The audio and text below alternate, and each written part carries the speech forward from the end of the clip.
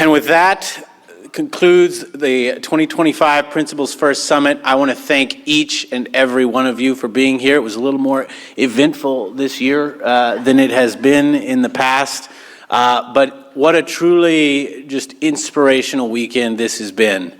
I want to thank our speakers, our volunteers, the hotel staff, the police department that were called in and responded to this so professionally. Just an outstanding weekend altogether.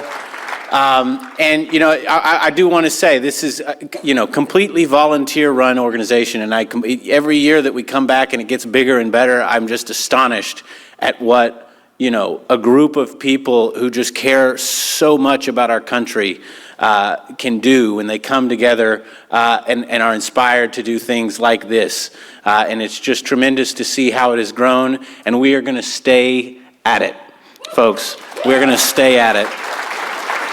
And I hope you leave today inspired and hopeful about the future of our country. The story has not fully been written yet on the United States of America. We are right in the middle of our story. We get to write the next chapter, and I am looking forward to writing it with people like you. So thank you. We're not going to bend the knee.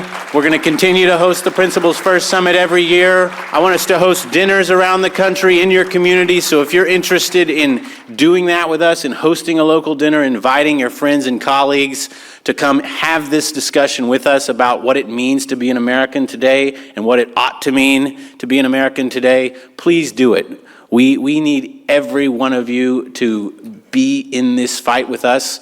And that, I think, is the way that this tide is going to turn, is that if we start showing up in local communities, having these discussions with our neighbors, Rich Logis with Leaving MAGA, he makes this case pretty effectively about how if you just sit down with folks and have conversations about what it means to be an American, there's actually more that unites us than divides us. And I think that we as Americans, as individuals, can all be leaders in that way in moving our country in a better direction.